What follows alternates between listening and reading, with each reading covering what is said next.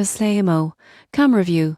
Pricing: explain what you get for your money. If you're a trader looking to scale your career, FTMOcom is a platform you might be considering, but most people get this wrong by thinking funding is free or risk-free. The surprising truth is that FTMO's pricing reflects the challenge and potential reward of their trading evaluation program. To join, the standard evaluation account starts around for a check account, with higher funding levels increasing the fee up to or more for check accounts. This is a one-time fee to participate in the evaluation phase, where traders must meet profit and risk targets. Once successful, you receive a funded account and keep a percentage of profits, typically 70%. What you get: access to a real trading account, profit-sharing opportunities, and risk management guidelines. What you give up: the evaluation fee and the challenge of meeting strict trading targets. FTMO is ideal for disciplined traders seeking capital without personal risk beyond the evaluation fee. Here's how to evaluate value. Step 1.